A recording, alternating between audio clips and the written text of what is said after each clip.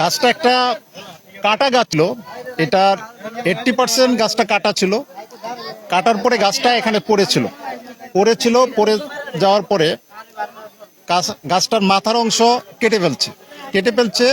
তখন দেখা গেছে যে গোড়ায় যে অংশটা আছে এবং এটার পিছনে ফাঁকা আছে, আর উপরের অংশটা হালকা, গোড়ার অংশটা ভারী ছিল।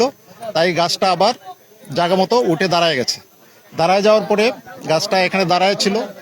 এর মধ্যে লোকজন যাতায়াত করে পথের মধ্যে, যাতে লোকে ক্ষতিগ্রস্ত না হয়, কোনো লোকের প্রাণহানি না হয়, সেজন্য আমাদের এসিল্যান্ড স্যার আমাদের সংবাদ দিয়ে নিয়ে আসছে যে গাছটা নিচে ফেলে দিতে হবে এবং মানুষের জীবন ঝুঁকিপূর্ণ থেকে মুক্ত করতে হবে।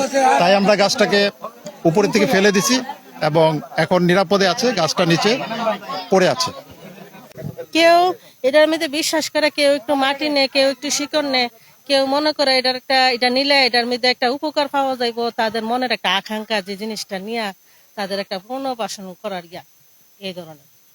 এটা কাল বৈশাখের জ্বরে গাছটা যখন উপড়াইয়া পড়ে, তখন আমি ঘরে ছিলাম। ঘরটা একটা জাহি হাইছে, তখন আমরা বেরিয়ে দিই, গাছটা উল্টের দিকে পড়ে গেছে।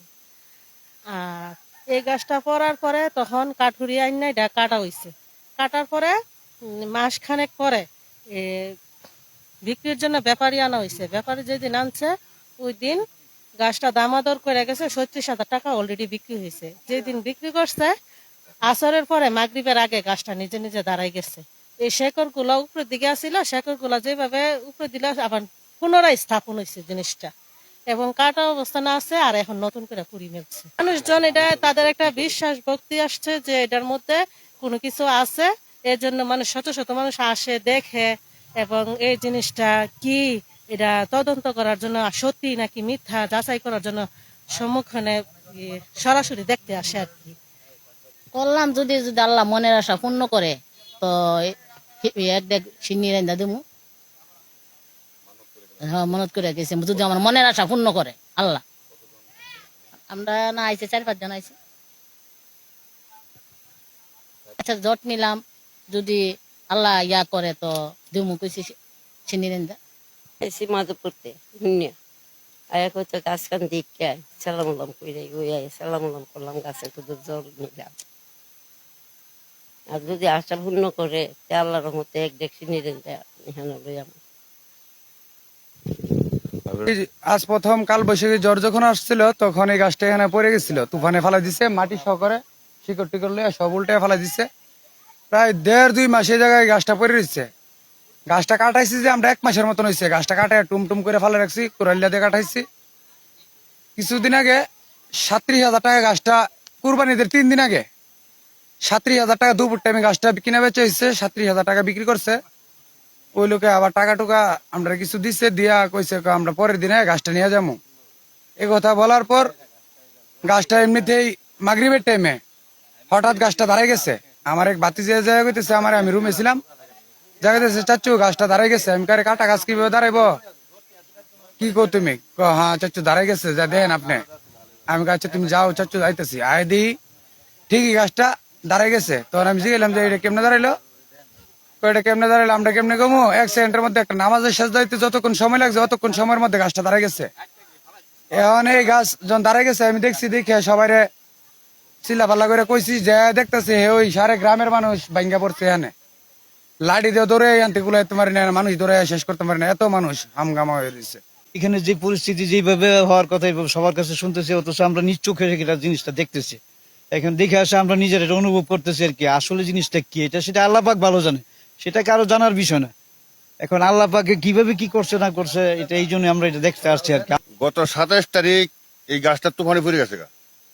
তুফানে পড়ে মাটি না পাতা দিছে। তারপর হেরা বাড়ির এই জমি দিল ওই বাড়ির কইতেছে যে এটা কাইতে সরানো গেলে তাড়াতাড়ি। তখন আমরা করে আনলাম, আইনে সেরা এটা কাটাইলাম।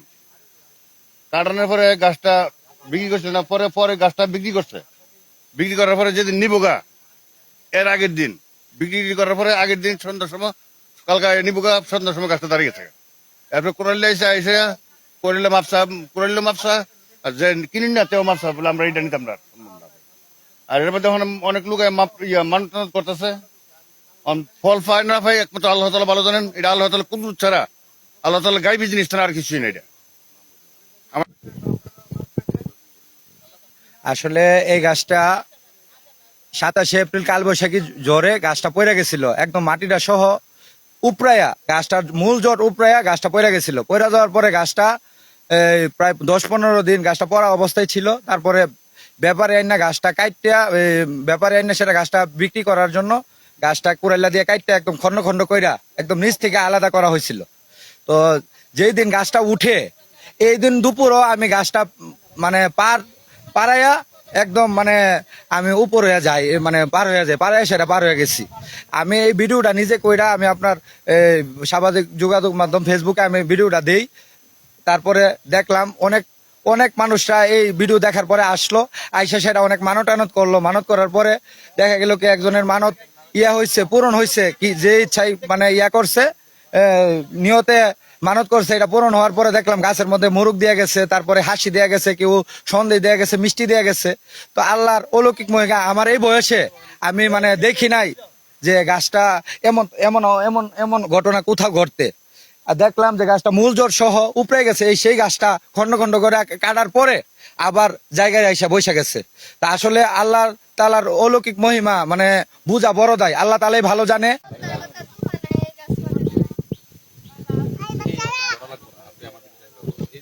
আমরা আমরা গাছটা এখানে হুতাইয়া ফালাইছে, ফালার তুফানে পড়ার পরে গাছটা কাটতে লাইছে, কাটার পরে সেও দিছে, এটা সবকিছু দেওয়ার পরে গাছটাও কাটা হই। এরপরে হঠাৎ করে গাছটা আল্লাহর কুদরতে গাছটা জায়গাটা পড়ছে, বুঝলি? এটা দেখার পরে তো আমরা সবাই অবাক হয়ে গেছি, এমনকি সবাই মানুষ আগে দেখতেছে। ঘটনাটা তো আমার দ্বারা খুবই কিছু আশানুক ব্যাপার লাগে।